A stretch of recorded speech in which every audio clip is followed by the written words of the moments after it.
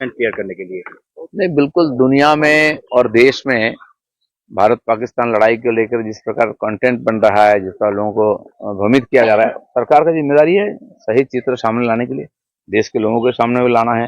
इसलिए माननीय प्रधानमंत्री जी ने संबोधित किया देश को, माननीय रक्षा मंत्री ने भी बार बार विषय को बता रहे, और भी अलग अलग सोर्सेस से दुनिया में भी जो गलत संदेश कहीं गया हो तो लोगों के सामने साफ होना चाहिए। लड़ाई क्यों है, लड़ाई क्यों रुका गया है, किसका क्या हुआ है, किस किस का क्या रोल है, रोल था उस समय, ये हमारी सरकार की भी एक जिम्मेदारी बनती है कि दुनिया के सामने रखना चाहिए, क्योंकि आज दुनिया एक परिवार जैसा हो गया है।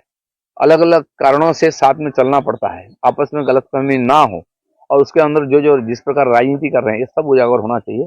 मुझे लगता है कि सरकार ने जो स्टेप लिया है बहुत अच्छा है, और उसमें सर्वदलीय जो प्रतिनिधि भी साथ जाने वाले हैं।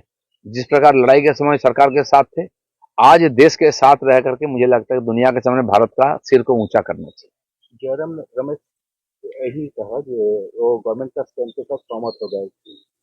बिल्कुल, कुछ नेता, कुछ पार्टी के लोग, उन्होंने अपना ट्विटर में, फेसबुक में, कहीं स्टेटमेंट में बोला है खुल्लम खुल्ला।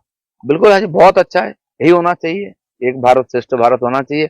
और इस समय जो दुनिया के सामने अपना इमेज जो बहुत ऊंचा हो गया है, अब देखिए डिफेंस का जितना भी शेयर कितना ऊपर चढ़ गया है, और चाइना का डिफेंस का शेयर देखिए क्या हाल है, तो लोगों को मालूम हो गया। लेकिन एकदम साफ साफ होना चाहिए, बहुत कुछ बात अंदर होता है पता नहीं चलता, वो भी सामने आना चाहिए जितना संभव। इसलिए सब मिल करके देश के साथ खड़ा होना और दुनिया में भारत का वर्चस्व बढ़ाने के लिए सबको काम करना चाहिए। राजनाथ सिंह ने दावा किया कि पाकिस्तान में लश्कर ई तैयबा और जैश ए मोहम्मद का जो ढांचा गिरा दिया गया है उसको पुनर्निर्मित कर देगा गवर्नमेंट। पाकिस्तान गवर्नमेंट गवर्नमेंट ही टेररिस्ट को स्पॉन्सर करता है, और कुछ देश पीछे से उनको फंडिंग करते हैं, अभी अभी हम लोगों ने देखा है। तो आप देखेंगे जो फोटो आया है, जो टेररिस्ट मारे गए उनका अंतिम संस्कार में वहां का सेना मौजूद था, वहां के नेता मंत्री मौजूद थे। टेररिस्ट जो लीडर है और सरगना है उसको प्रोटेक्शन देके वहां का आर्मी लेके जा रहा है, प्रेस कॉन्फ्रेंस के साथ खड़ा है। तो इसका मतलब कुछ टेररिस्ट है आर्मी का यूनिफॉर्म में, कुछ टेररिस्ट है अलग ड्रेस में। सारा ये नेशनल है, ये केवल नेशन ये टेररिस्ट है पाकिस्तान, उसका पॉलिसी टेररिज्म का ही है, उसका सेना, उसका प्रशासन सब टेररिस्ट के साथ है, उसमें टेररिस्ट बैठे हुए हैं। उनके लोग बोलते हैं हमारे सेना प्रधान खुद टेररिस्ट है, तो आप क्या उम्मीद करेंगे, तो वही हो रहा है।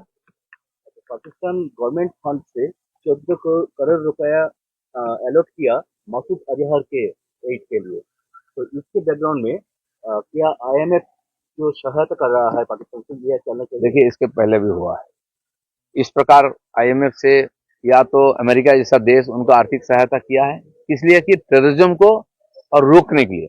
लेकिन बाद में पता चला ये सारा पैसा टेररिस्टों का हाथ में गया, टेररिज्म को बढ़ाने के लिए।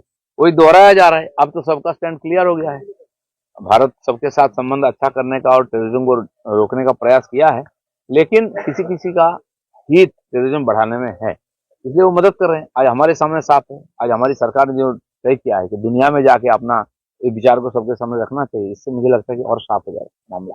लास्ट क्वेश्चन, शुभेंद्र अधिकारी ने कहा कि 250 करोड़ अलॉट किया जाए संस्कृत केंद्र बनाने के लिए, 9,000 करोड़ रुपया जाएगा सैलरी देने के लिए उस संस्कृत केंद्र के स्टाफ को, और ये गवर्नमेंट डीए नहीं बढ़ा रहा है, दे रहा है। क्या बिल्कुल सही है। पहले तो डीए होना चाहिए, जो कर्मचारी सेवा दे रहे हैं, जो टीचर्स पढ़ा रहे हैं, उनका सैलरी, उनका डीए पहले देना चाहिए। बाद बाकी जो होता है, जब देश में शांति होता है, देश में प्रगति होती है, तब देश की कल्चर ये सब बढ़ता है नेचुरली, जब पैसा आएगा। अब दूसरे का पैसा काट के वहां लगाएंगे, ये सही नहीं है। स्कूल बच्चों का पढ़ाई बंद नहीं कर सकते हम, बच्चों के लिए दूध बंद नहीं कर सकते हैं, तो पिलाना पड़ता है स्वास्थ्य के लिए, पहले ये जरूरी है।